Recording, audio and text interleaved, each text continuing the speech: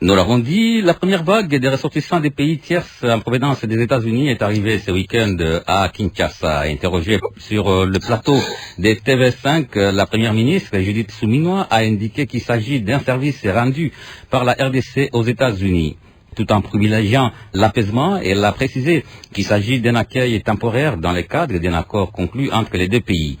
Concernant leur nationalité d'origine, la chef du gouvernement congolais, sans entrer dans les détails, a laissé entendre qu'il s'agit des ressortissants des 3 pays d'Amérique latine. On écoute Judith Suminwa dans cet élément proposé par Alain Irung. Ce sont des demandeurs d'asile qui se sont retrouvés aux États-Unis et dans le cadre d'un accord entre les services de migration des États-Unis d'Amérique et la République démocratique du Congo, on a convenu de pouvoir les recevoir temporairement. Il s'agit de 3 pays d'Amérique latine et pour l'instant, nous, on collabore avec les États-Unis d'Amérique et notamment l'Organisation internationale des migrations pour pouvoir accueillir ces migrants de manière temporaire, le temps qu'on puisse trouver d'autres alternatives et pouvoir les orienter vers d'autres pays. On n'a pas encore calculé, mais ils sont pas là pour durer longtemps parce que c'est de manière temporaire le temps qu'on puisse leur trouver d'autres terres d'asile en attendant donc dans le respect justement du droit humanitaire international, la République démocratique du Congo a accepté de les accueillir. Écoutez, c'est un service que nous rendons aux États-Unis d'Amérique qui prennent en charge en fait leur séjour chez nous à travers, comme je l'ai dit, l'Organisation internationale des migrations. Ils les prennent en charge, leur logement, leur alimentation, etc. Et donc voilà, c'est dans ce cadre-là que nous avons accepté de les avoir. Dans le cadre de cet accord, il pourrait y en avoir d'autres, mais la convention est de ne pas les avoir indéfiniment. Mais que pensent les Quinois de l'arrivée de ces ressortissants des pays tiers en provenance des États-Unis? Les opinions sont contrastées entre soutien diplomatique, inquiétude sociale et critiques politiques. Ce débat met en lumière les défis de la RDC face à la mondialisation et à la gestion des flux migratoires internationaux. On écoute quelques Quinois au micro de Nancy Tambou. Personnellement, je suis pas d'accord parce que je vois comme si notre pays, on n'est pas encore prêt à assumer certaines responsabilités et c'est brusque vu ce qui se passe au pays déjà avec l'histoire à l'est du pays, on n'a pas encore trouvé la paix. Et aussi nos frères au niveau des parcs adjumants qu'on les avait rejetés. Jusque-là, ils n'ont pas encore des endroits pour les mettre. Alors ceux qui vont venir maintenant, ils seront installés où? Concernant l'arrivée des immigrés, ici en RDC en tout cas, moi je dirais que je suis contre. Déjà, avec la manière dont le pays est en train de marcher, avec les conditions de vie que nous trouvons déjà auprès de la population, ramener encore ici en RDC des immigrés, qu'on ne maîtrise pas d'abord l'identité, cela accentue seulement l'insécurité. C'est purement politique, vous savez. Dans la politique, il y a des choses visibles et il y a des choses invisibles. Il y a des accords qui sont dits et il y a de ces choses qu'on ne dira jamais. Pour nous, je trouve ça que c'est avantagé et c'est désavantagé par rapport aux Rwandais. Tellement ça me dérange pas déjà. Moi, je crois que le Congo est grand et c'est notre héritage, c'est notre patrimoine. Et on doit quand même se donner à faire mieux, à construire mieux chez nous. Joseph Bangakia, député national élu des Rungu dans la province du Haut-Ouélé, cadre de l'Union sacrée de la Nation, vous êtes président du groupe d'amitié RDC-États-Unis. Comment vous expliquez l'accueil par la RDC des ressortissants des pays tiers en provenance des États-Unis? Déjà, ce dossier, c'est un dossier sensible. Sensible pourquoi? Parce qu'il concerne des êtres humains. Et je comprends la dimension humaine à laquelle tout le monde est attaché. Et bien sûr, la RDC a souscrit à tous les instruments internationaux sur les droits humains.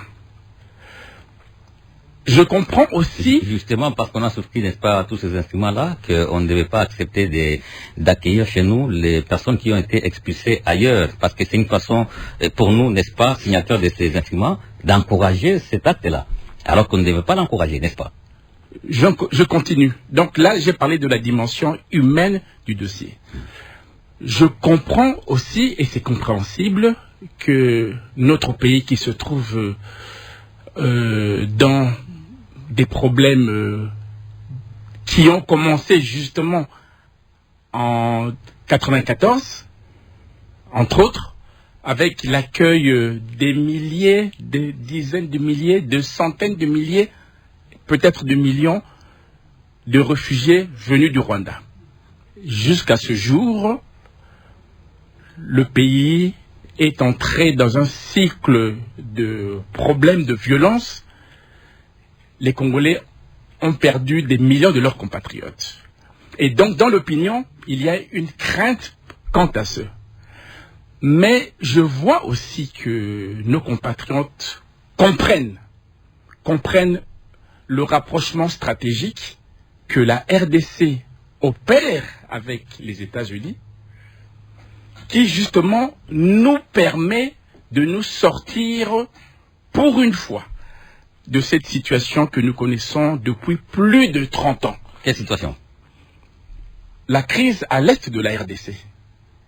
Des millions de Congolais morts et une partie du territoire. Tout s'explique, à votre avis, tout s'explique par ces partenariats entre les États-Unis et la RDC qui fait qu'aujourd'hui, le président Trump est n'est-ce pas, les garants du processus de Washington. Tout s'explique par là. C'est en bonne partie. Et enfin, il y a la question migratoire, qui est une question dans tous les pays du monde. Il y a débat. Dans tous les pays du monde, les pays des immigrés, les pays où vont ces immigrés, les pays d'accueil, il y a d'énormes problèmes. Donc, cette problématique mise ensemble rend la gestion de ce dossier extrêmement sensible. Mais pour la RDC, il est clair que nous avons un rapprochement avec les États-Unis. On vient de très loin. Et nous discutons, on peut discuter de beaucoup de choses.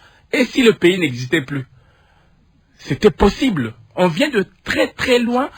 Et le revirement que nous voyons aujourd'hui, c'est le fruit d'une diplomatie très active.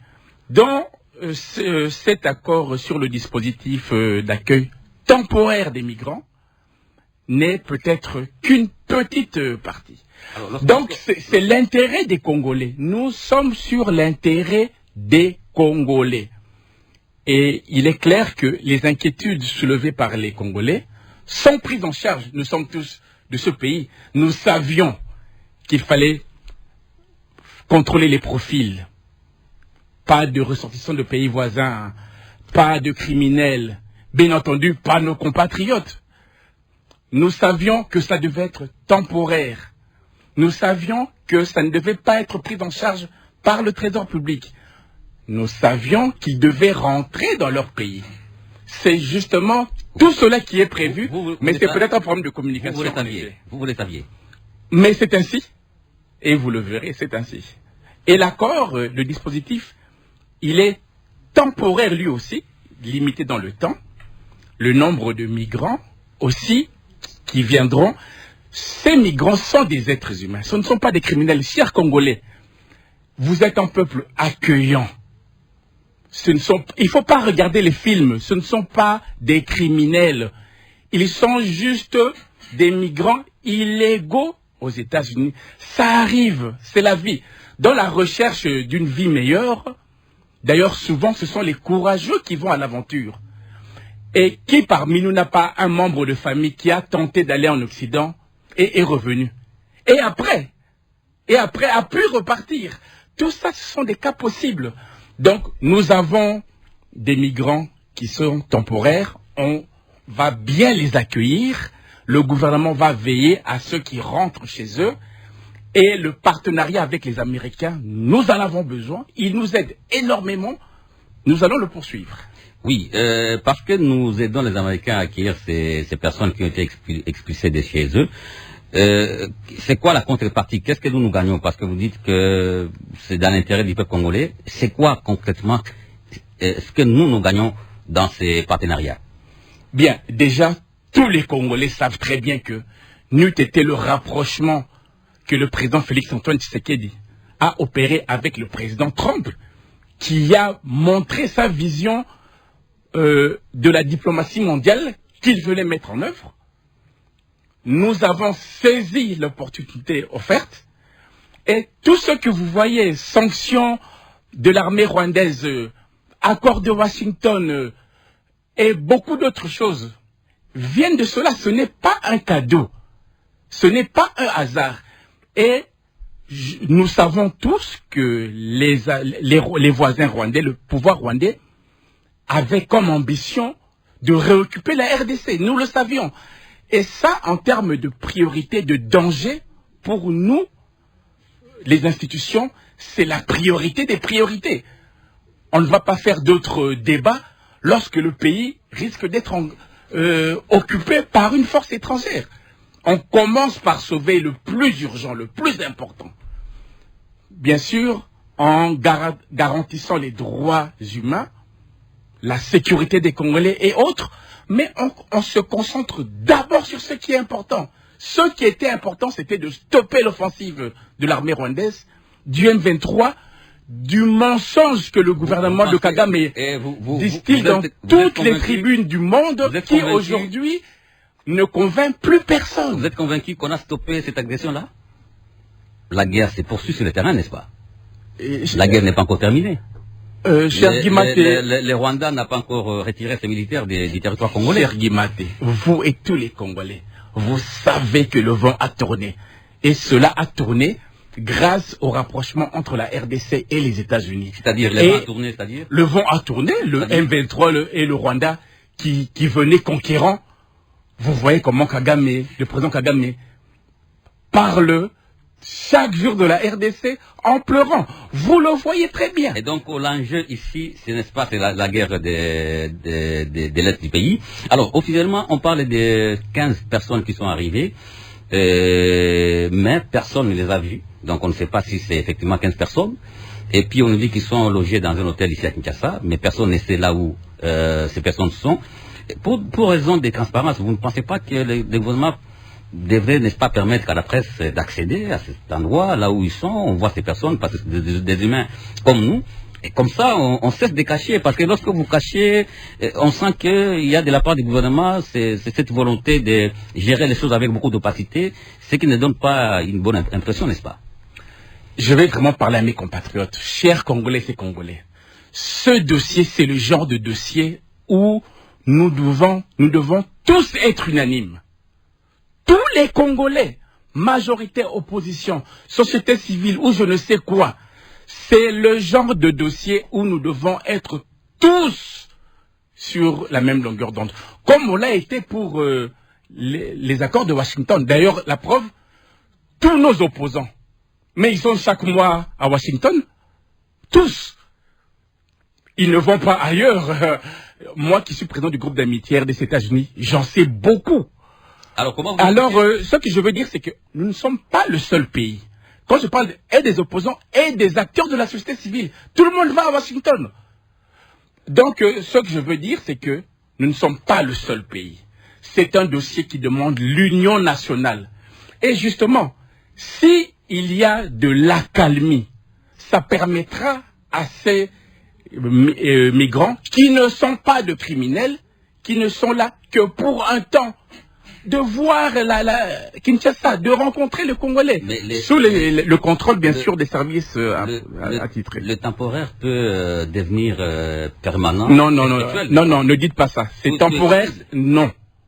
Non, il ne faut surtout pas s'aimer la panique. Ce n'est pas financé par le Trésor public.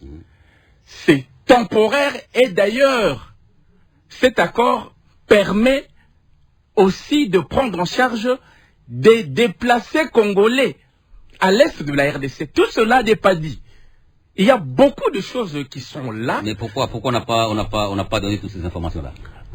Déjà qu'à l'Assemblée nationale, par exemple, j'ai initié la première initiative parlementaire, c'est une tautologie, pour que le gouvernement vienne répondre aux questions des députés, pour donner toutes ces informations, car c'est dans l'intérêt supérieur de la RDC. Mais je crois que ça sera fait d'ici on revient sur le fait que le temporaire peut devenir permanent. Non, je ne peux pas vous laisser dire ça. C'est possible. Non, c'est pas possible. C'est la RDC et les États-Unis. C'est pas un accord entre petits groupes rebelles ou je ne sais quoi. C'est entre la RDC et les États-Unis. C'est temporaire, c'est donc limité dans le temps, limité en termes de migrants. Il n'y a pas de criminels. Les Congolais doivent les accueillir les bras ouverts. Ils sont financés, soutenus par le gouvernement américain. On va donner la parole et nous sommes en contact avec leur pays d'origine. Ils vont retourner dans leur pays. C'est ainsi que nous défendons l'intérêt de la RDC. Ils vont retourner dans leur pays, hein, quand on sait que le retour est volontaire, n'est-ce pas? Le retour est vraiment volontaire. Vous savez très très bien que tout dépend de l'amélioration de conditions dans leur pays d'origine. Et si les conditions ne s'améliorent pas, eh bien, ils vont rester ici. C'est pourquoi je dis, les temporaires peuvent devenir perpétuels, permanents. Non, déjà, le temporaire, il est défini dans le dispositif d'accueil, c'est temporaire. Je ne peux pas vous laisser dire autre chose, c'est temporaire. Merci, Emile Hassani, bonsoir. Bonsoir, cher Guy Maté. Bonsoir, cher collègue député national Joseph Bangakia. Je salue également tous les auditeurs de la radio Capi. Voilà, je rappelle que vous êtes député national élu de Kindu sur la liste LGD, parti de l'opposition plutôt, dont Matata Pogno est le leader. Vous êtes également avocat au barreau de Kinshasa, Matete. Comment vous également, vous comprenez cette problématique d'accueil des personnes en RDC, des personnes expulsées, n'est-ce pas, des États-Unis? Très bien. Franchement, pour nous, nous percevons ça comme une insulte. C'est à la fois une insulte au peuple congolais et en même temps, ça vient mettre à nu la façon dont le pays est géré à la légère, avec une telle légèreté. Une insulte, pourquoi, M. Guy Maté, vous allez vous mettre d'accord avec moi que l'insécurité dans notre pays est devenue grandissante. C'est presque dans chaque coin de la capitale, dans chaque coin des provinces, qu'il ne se passe pas un seul jour sans qu'il y ait des cas de criminalité, assassinats, meurtres, ça et là. Déjà, l'État lui-même qui ne sait pas assurer la sécurité à ses propres citoyens, à cela, il vient ajouter des citoyens d'autres pays. Déjà, comme j'ai dit, il ne sait pas assurer la sécurité à sa population. Que dire lorsqu'on reçoit, dans des circonstances un peu floues, opaques, les citoyens venant d'autres horizons. J'ai dit que c'est une insulte également parce que chez nous, nous sommes débordés par les réfugiés. Il vous souviendra que nous avons autant de millions de Congolais qui ont fui la guerre et qui ont été obligés, de par des conditions précaires, de par l'irresponsabilité de notre État, ils préfèrent aller en dehors du pays avec espoir d'être mieux sécurisés et mieux nourris. Mais curieusement et contre toute attente, c'est cet même État-là qui est incapable d'assurer les lendemains meilleurs à sa population, qui se fourvoie à recevoir des citoyens venant d'autres pays. J'ai dit également que cette situation va étaler l'irresponsabilité de l'État. Vous avez suivi cette problématique, la chef du gouvernement, qui a accordé une interview à une chaîne étrangère, et elle est innocente sur la question. Elle ne sait pas ces migrants sont au nombre de combien. La durée, ils vont passer combien de temps sur notre territoire? Ils seront hébergés où? Ils seront logés, comme j'ai dit, comment? Ils seront pris en charge comment? En même temps, les mêmes États congolais qui passent en avant l'argument selon lequel l'État congolais ne va pas débourser même un seul franc ou un seul dollar pour la prise en charge de ces migrants. Mais en même temps, les mêmes États congolais, M. Guy Maté, voyez là où se trouve son irresponsabilité et les mensonges. D'ailleurs, on ne gère pas un pays par les mensonges. On ne peut pas instaurer les mensonges en mode de gouvernance. L'État qui dit c'est pas nous qui prenons en charge ces migrants. En même temps, le même État tend la main à l'Organisation internationale de la migration pour solliciter de l'aide. Voyez-vous comment les mensonges ont été instaurés en mode de gouvernance, ce qui est tout à fait pitoyable. On nous a dit ici que, écoutez, c'est pour l'intérêt de l'État, l'intérêt du peuple congolais, parce que nous sommes la population de l'Est a fait longtemps meurtri, pendant plus de 30 ans d'années, et avec l'arrivée de ces migrants, toute affaire cessante, la paix va revenir à l'Est. Encore une fois de plus, là, à la limite, c'est de l'insulte. Monsieur Guy Maté, avec cette guerre qui a tant longtemps, qui a duré longtemps, nous avons perdu autant de millions de Congolais. Et dire ça, c'est cracher sur leur mémoire. Et vous avez vu la rhétorique. Ici, on nous dit que c'est ces migrants qui viendront mettre fin à la guerre, pratiquement. J'ai suivi les communicateurs. Non, on n'a pas dit que c'est les migrants. C'est ce qu'on a voulu insinuer. Plutôt les partenariats. Les partenariats entre... Effectivement, je suis en train de lire entre les dires. On a voulu insinuer... C'est ce que vous écoutez. J'ai la parole, chers collègues. On a voulu insinuer ici, c'est l'arrivée des migrants qui va ramener la paix à l'Est. C'est les partenariats. Effectivement, qui coïncident avec les partenariats entre les États-Unis et la RDC. Les prémices doivent être de la vérité. Ce que j'ai dit, s'il vous plaît. Effectivement, c'est avec l'arrivée des migrants. Parce que la problématique ici, c'est l'arrivée des migrants. Il a même précisé que l'enjeu ici, c'est la guerre qui sévit dans la partie est. Donc l'arrivée des migrants fait partie prenante. Fait partie intégrante de cet accord. C'est l'une des retombées, n'est-ce pas, de ces partenariats. Effectivement, c'est ce que j'ai dit. Si on doit avoir la paix à suivre cette façon de réfléchir, c'est aussi parce que les migrants sont arrivés sur le sol congolais. On a dit ça, ne dites pas. Mais au-delà de ça, ok, si vous n'avez pas dit ça, ok, c'est bien, on note.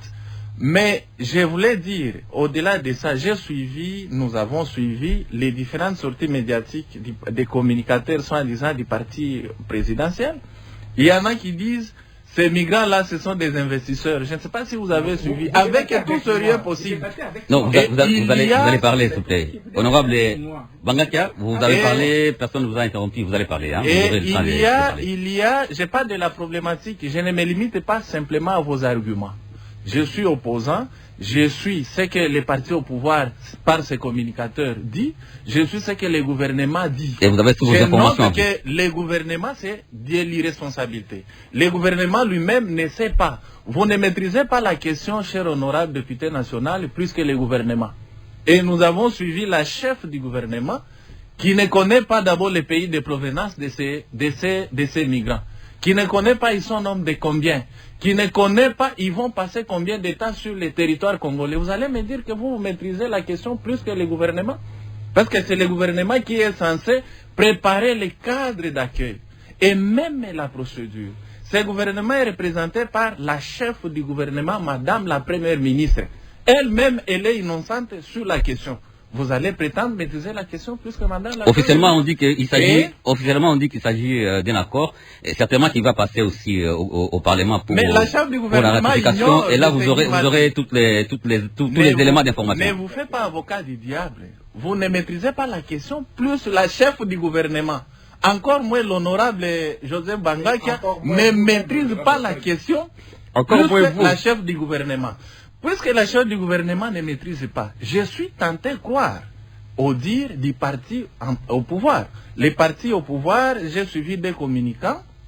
Il y en a un qui a dit, ce sont des investisseurs. Il vous souviendra que la rhétorique ici était de transformer les pays en Allemagne d'Afrique. On a cherché des investisseurs jusque-là, même celui qui va investir dans la fabrication de plastique, bouteilles en plastique, on n'a pas trouvé. On espère qu'avec l'arrivée des migrants, comme le parti présidentiel a dit, c'est des investisseurs, on espère trouver un investissement. Il y en a un autre, toujours communicant du parti présidentiel, qui a dit, c'est des ingénieurs, avec tout sérieux possible. Il dit, c'est des ingénieurs architectes. Ils viennent pour construire des édifices, tout ça. Mais c'est Guy Maté, au lieu de sourire, au lieu de rire, ça devait nous révolter. Le peuple congolais. À voir comment les gens, une clique de gens, prennent à la légère l'avenir et le devenir de tout un peuple, ça devait révolter. Ça devait révolter. Et laisse-moi vous dire que, au niveau de l'opposition, nous sommes sur-révoltés, nous sommes plus qu'inquiets.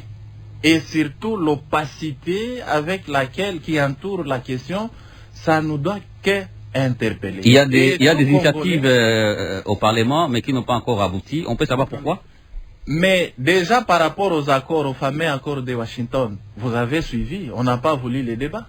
Si, l'honorable a tenté de dire ici que non, écoutez, les opposants, c'est pas, il parle de quelle opposition? Tous, y compris Matata Ponyo. Il est tout le temps à Washington. Tout le temps. Matata Ponyo, c'est moi. C'est moi, Matata Ponyo. Il est tout le temps à Washington, si vous ne le savez pas. Mais est-ce qu'il y a un problème entre Washington et les Congolais? L'opposition n'a pas de problème avec les États-Unis. Je vous ai posé la question de savoir. Et la collaboration entre les États-Unis et la RDC n'a pas commencé avec votre régime. Oui, pourquoi à votre avis, les démarches initiées au Parlement n'aboutissent toujours pas? Mais notamment les questions qui ont été adressées à la ministre des Affaires étrangères. Encore une fois de plus, c'est par rapport à l'irresponsabilité dont fait montre ces régimes. Lorsque les parlementaires font usage des initiatives. Mais il vous souviendra, il y a une motion de censure, des motions de défiance qui est bloquée. Parce que vous parlez des initiatives parlementaires qui n'aboutissent pas. Alors que le règlement d'ordre intérieur dit, une fois que la motion est déposée, 48 heures au plus tard, on doit l'examiner.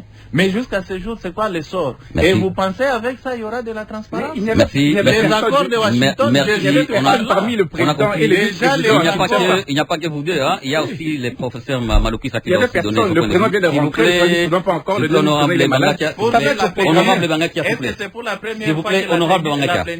Vous voulez l'absence du président? Émile, honorable Bangakia. Il n'est pas là. Honorable Bangakia.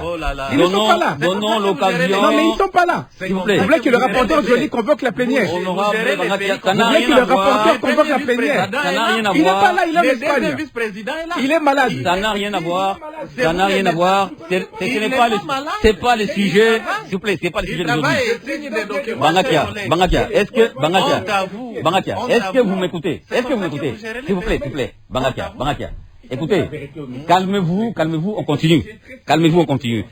On va continuer parce qu'il n'y a pas que vous deux, hein. Il y a aussi le professeur Malokisa qui est en ligne qui doit donner son point de vue, mais aussi les auditeurs, hein. Tous ces gens qui sont en train de vous suivre, hein. Essayez de vous discipliner, sinon ça va donner une mauvaise impression. Jolino Malokisa, bonsoir, parce qu'on n'a pas eu le temps de se saluer au début de l'émission. Bonsoir, Kimati. Voilà, vous êtes professeur, vous êtes directeur du pilier gouvernance à l'Institut congolais de recherche sur la politique, la gouvernance et la violence et Bouteli. Quelle est votre lecture, justement, de l'accueil par la RDC des ressortissants des pays tiers en provenance des États-Unis? Alors, je pense qu'il y a deux arguments qui peuvent nous permettre de mieux comprendre la situation. D'abord, la compétition qui se joue aux États-Unis entre le Rwanda et la RDC.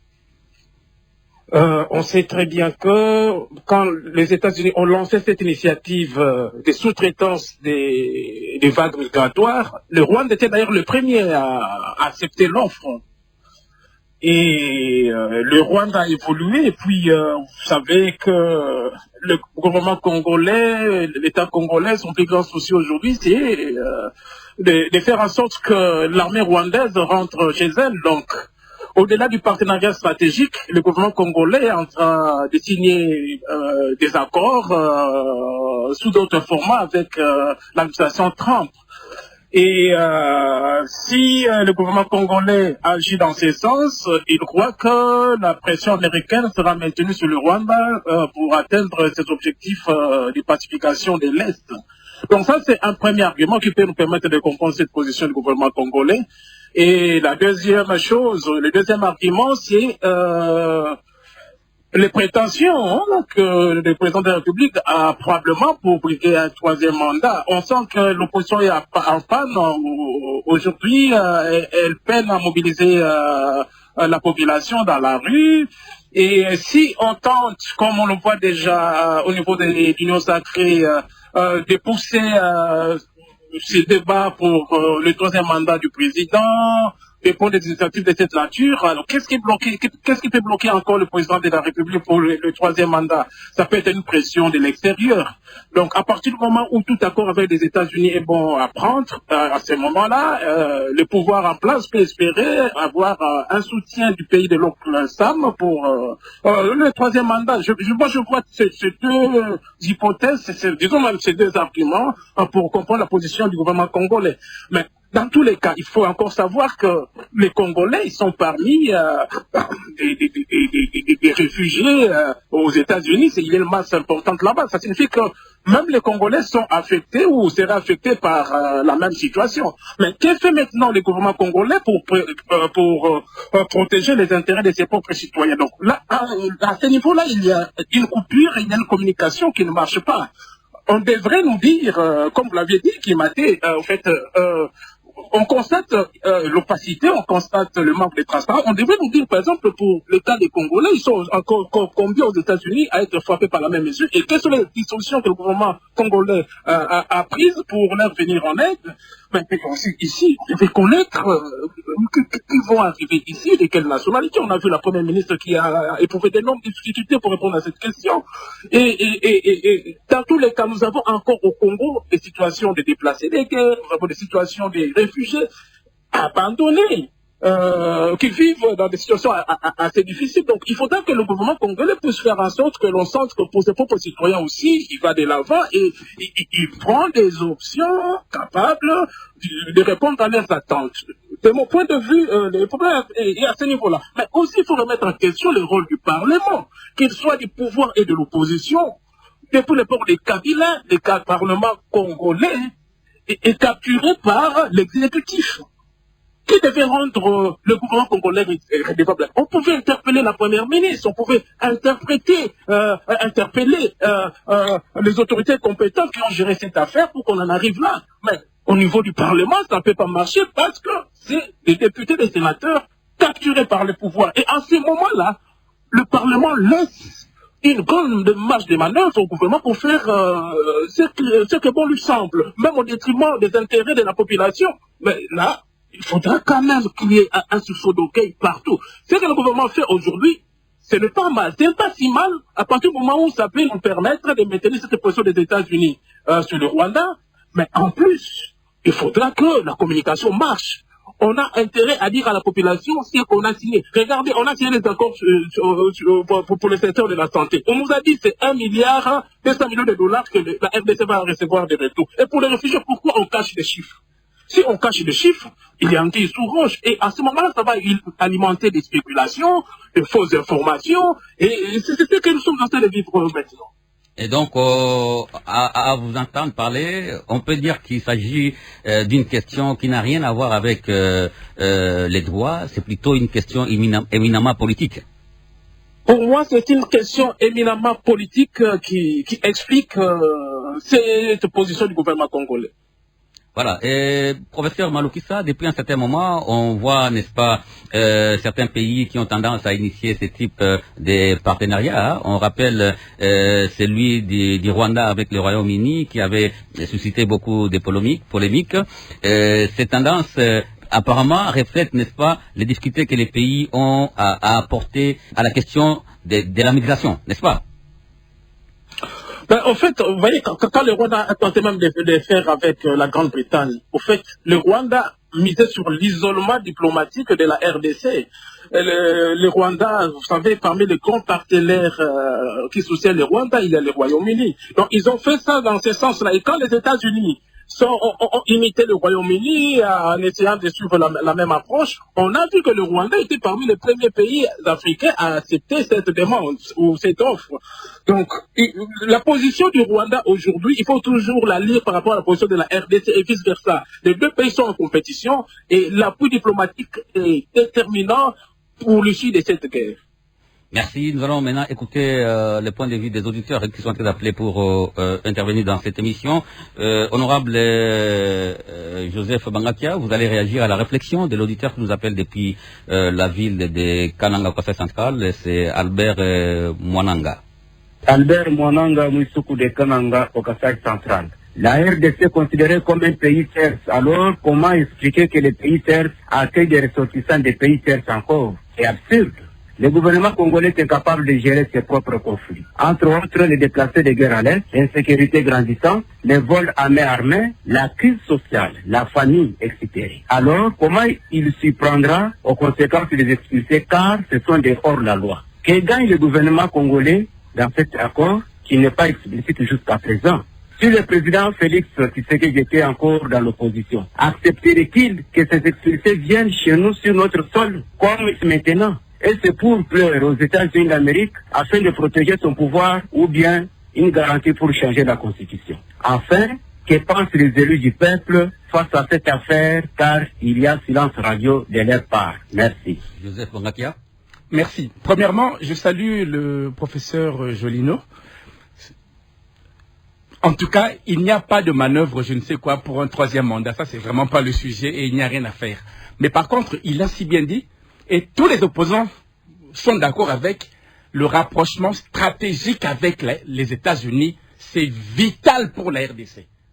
Et même les compatriotes, je vois que les gens comprennent, je m'en félicite. Il y aura zéro Congolais qui reviendront ici. Un rapprochement à n'importe quel prix. Non. Et je vais vous le montrer. D'ailleurs, les communications viendront aussi. Il n'y aura aucun Congolais, aucun, dans le dispositif d'accueil temporaire des migrants venus des États-Unis qui concerne les pays tiers. Donc, il n'y aura pas de Congolais. Il y a un impact sur nos déplacés internes. Je vous ai dit que dans l'accord, il y a des millions pour nos déplacés qui sont à l'est de la RDC. Cela va être dit, ça viendra. Il y a beaucoup de choses. Apparemment, vous maîtrisez bien l'accord que beaucoup... ça va venir, il y a beaucoup de choses. Pour le rôle du Parlement, c'est d'abord le gouvernement qui conclut les accords. Et c'est comme ça dans tous les pays du monde. À moins que dans l'accord, il soit dit que pour qu'il entre en vigueur, il faut la ratification des parlements. Mais le principe dans tous les pays du monde, c'est le gouvernement agit d'abord, c'est ce que notre gouvernement a fait, et après, il viendra au Parlement. C'est l'article, je crois, 213 et 214. Donc, le Parlement, déjà, les chefs du Parlement ont été informés, mais le Parlement sera régulièrement informé par le gouvernement. Il y a des initiatives quant à ce. Vraiment, les Congolais, il ne faut pas faire le méli-mélo que fait mon cher collègue. Il n'y a rien à voir. Nous avons des problèmes d'insécurité. Ce sont nos problèmes. Ces migrants-là, les Congolais, qu'on vérifie les profils un par un. Ceux qui viennent, ce sont des êtres humains comme nous. On va les faire par quel cadavre? Ils sont juste... Non, non. Comment on va vérifier les non, mais les dossiers... On ne sait pas les... Non. Mais les dossiers, ils sont ouverts où? Non, les dossiers... Cher Guimat, ce sont des dossiers extrêmement précis entre services d'immigration et consorts. Il n'y a rien que les pays ne traitent aussi sérieusement que la question migratoire. Donc, il n'y a... les services congolais vérifient les dossiers un par un. Il n'y a pas de criminels. Ce sont juste des migrants illégaux. Babwa Kingunda, les amis. Même nous, on le fait. Ce n'est que ça. Et si ça n'a pas marché, ça arrive. Il faut vraiment bien les accueillir. Et comme je vous l'ai dit, c'est un processus temporaire, limité et dans le temps, et en termes de nombre de migrants qui viendront. Merci, Émile Lassani. Vous avez... et toutes ces informations, la Première ministre, elle le sait. Elle le sait très bien. Il ne faut pas... Elle le sait. Mais je comprends la difficulté. Elle n'a pas voulu les... Oui, citer les pays alors qu'on discutait avec eux, alors que c'est une question sensible hein, de faire revenir vos compatriotes qui ont cherché fortune ailleurs, les accepter en retour, ce qui va ouvrir peut-être une brèche pour que l'État là multiplie les expulsions. C'est très sensible. Je comprends la prudence qu'a eu la Première ministre, mais elle avait toutes les réponses et les réponses sont satisfaisantes. Merci Émile Lassani. Vous allez réagir à la réflexion de l'auditeur qui nous appelle depuis la ville de Goma au Nord Kivu, Pierre Moussafiri. Bonsoir la fréquence de la paix, moi c'est Pierre Moussafiri depuis la ville de Goma au Nord Kivu. L'accueil par la RDC des ressortissants des pays tiers en provenance des États-Unis est un sujet sensible qui peut être analysé à plusieurs niveaux. Politique, humanitaire, stratégique et même symbolique.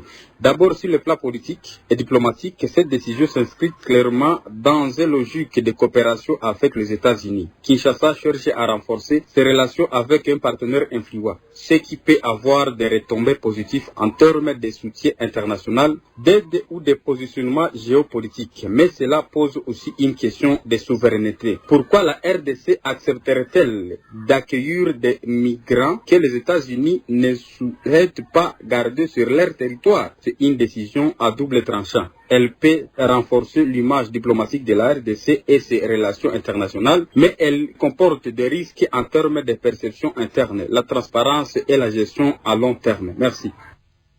Honorable Émile Hassani. Très bien. Sa réaction, je crois qu'en partie, nous partageons le même point de vue. C'est ce que moi j'ai dit d'entrée de jeu. En fait, les gouvernements ou les pouvoirs en place considèrent la RDC comme un dépotoir. Vous voyez, les dépotoirs, c'est là où on jette des ordures, on reçoit tout. Déjà que, il faut dire les choses proprement, appeler les chats par son nom, c'est des expulsés. Un expulsé, c'est-à-dire c'est quelqu'un qui n'est pas en conformité avec les droits du pays où il se trouve.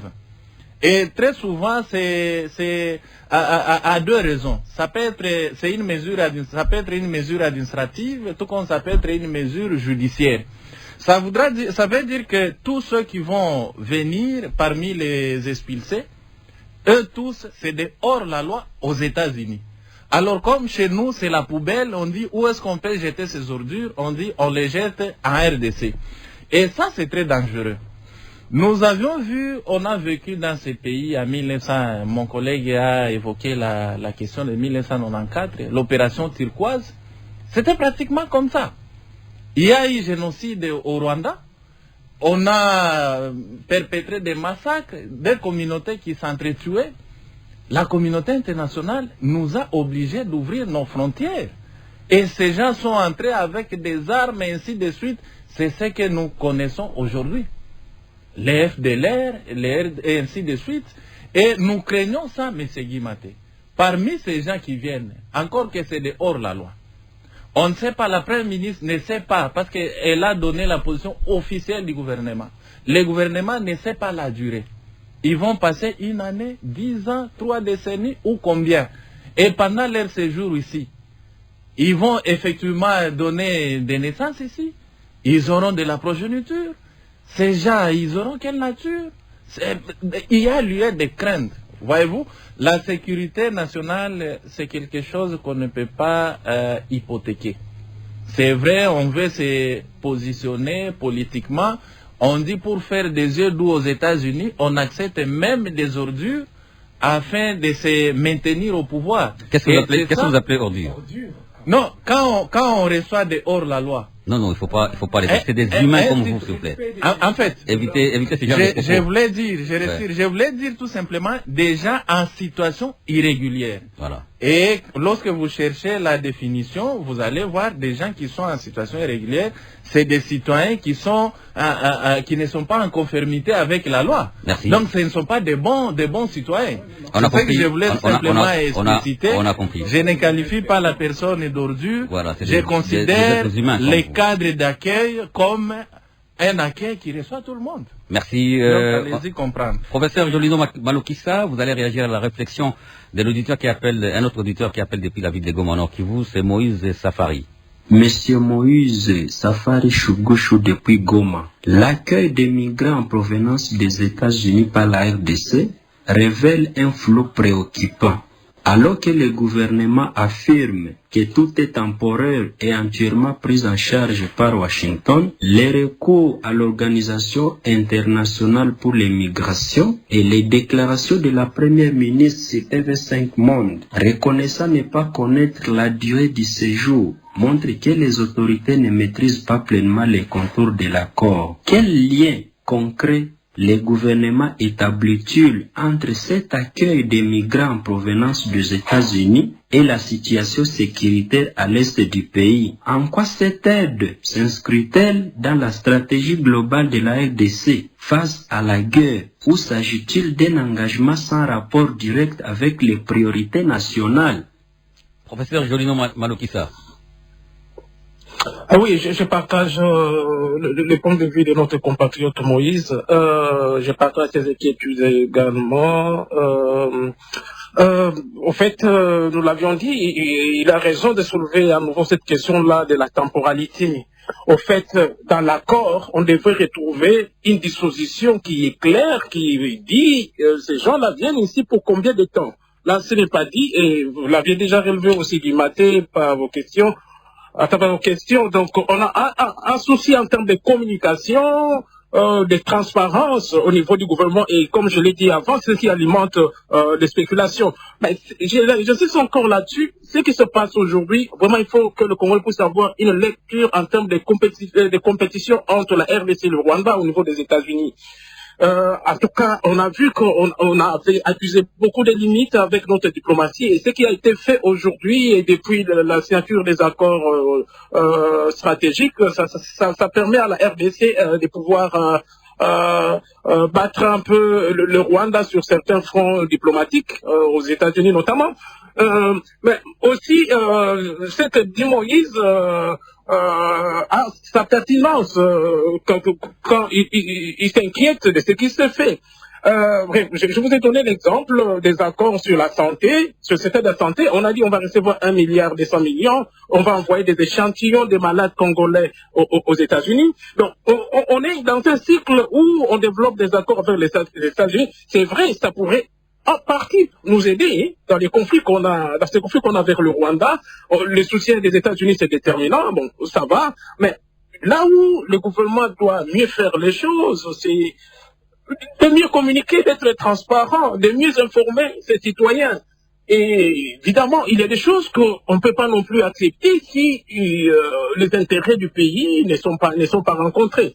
C'est là où le problème se pose. Et j'insiste encore sur une question fondamentale. Aujourd'hui, on a tendance à réduire le débat par rapport aux populations, aux refoulés qui sont ici au Congo. Mais nous avons des Congolais aux États-Unis qui subissent et qui vont subir le même sort.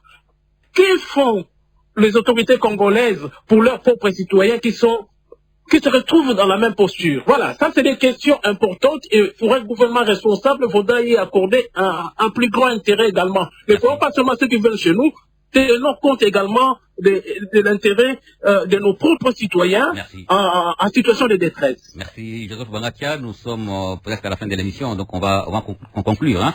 À votre avis, quelles sont les précautions que devraient prendre les gouvernements pour qu'un jour ils ne soient pas débordés par cette question? Déjà, les précautions sont prises, mais en effet, il faut une communication efficace. Et cela va être fait, et le Parlement va jouer son rôle incessamment. Ça sera aussi une occasion d'information. Mais les mécanismes tiennent compte de toute notre histoire et de toutes les craintes.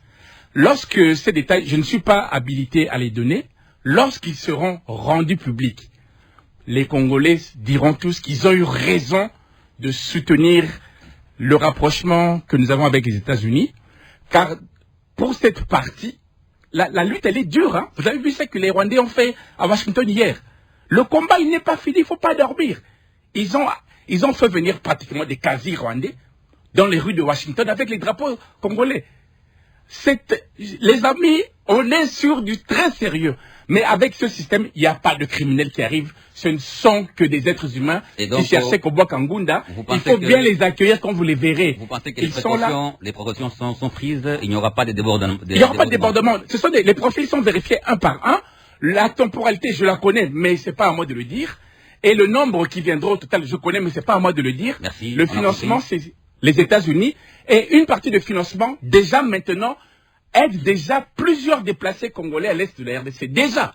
Mais l'OIM aussi a été, n'est-ce pas... Non, l'OIM est sollicité comme organisation internationale. C'est un accord entre la RDC et les États-Unis. Okay. Et les droits de l'homme, les droits des migrants sont vraiment garantis, sont bien traités. Merci. Émile Hassani, vous allez aussi conclure. Hein. C'est quoi votre mot de la fin? Je demande au gouvernement d'être sérieux. C'est-à-dire, au lieu de poser d'abord des actes et réfléchir après, comme disait un ancien membre du gouvernement, en ce qui concerne la gestion des finances publiques, c'est-à-dire quand l'argent entre, on se partage d'abord, on va réfléchir après. C'est pratiquement ça ici. Hein. On vous dit non, il faut d'abord, on accueille d'abord les expulsés, après on va rendre l'accord au public plus tard. Et ça ne fait que plonger les peuples congolais dans des inquiétudes. Du reste, c'est légitime. Alors, ce que nous allons demander, c'est que qu'on planifie les choses, parce que la première ministre a fait montre de l'ignorance de ce qui se passe, effectivement. Et notamment les lieux d'hébergement, c'est important qu'on les sache. Les nombres de personnes expulsées que nous allons recevoir sur notre territoire, notamment la durée. Ils vont passer combien de temps sur notre territoire? La prise en charge, encore une fois de plus, on ne sait pas, on assiste à une contradiction. Ceux qui défendent, ils disent que, écoutez, c'est les États-Unis qui vont prendre en charge. Mon collègue est allé même plus loin pour dire parmi nos réfugiés, il y en a certains qui vont bénéficier des dividendes ou je ne sais pas de l'argent qui... Et il dit qu'ils bénéficient déjà. Et là, c'est contradictoire lorsqu'on sollicite encore l'OIM pour chercher de l'aide financière. Merci. Et là, c'est compliqué. Alors, comprenez nos inquiétudes du reste légitimes, chers collègues. Vous ne maîtrisez pas la question autant que le gouvernement. Merci, et la chef du gouvernement qui est coordonnatrice de cette activité, c'est elle qui devait coordonner et organiser. Elle ne connaît rien. Comment vous allez maîtriser On une a question qui ne relève pas de vos compris. compétences? Professeur Jolino Malokissa, votre mot de la fin. Merci Guivaté. Je dirais tout simplement que le peuple congolais a élu les députés. Nous avons des représentants du peuple. C'est aussi leur devoir de tout faire pour rendre le gouvernement redevable. Ce qui se passe avec les réfugiés révèle une fois de plus un contrôle parlementaire qui est en panne. Et si la situation va demeurer comme telle, le pays va continuer à vivre et revivre des dysfonctionnements qui ne renforcent pas la gouvernance. Merci.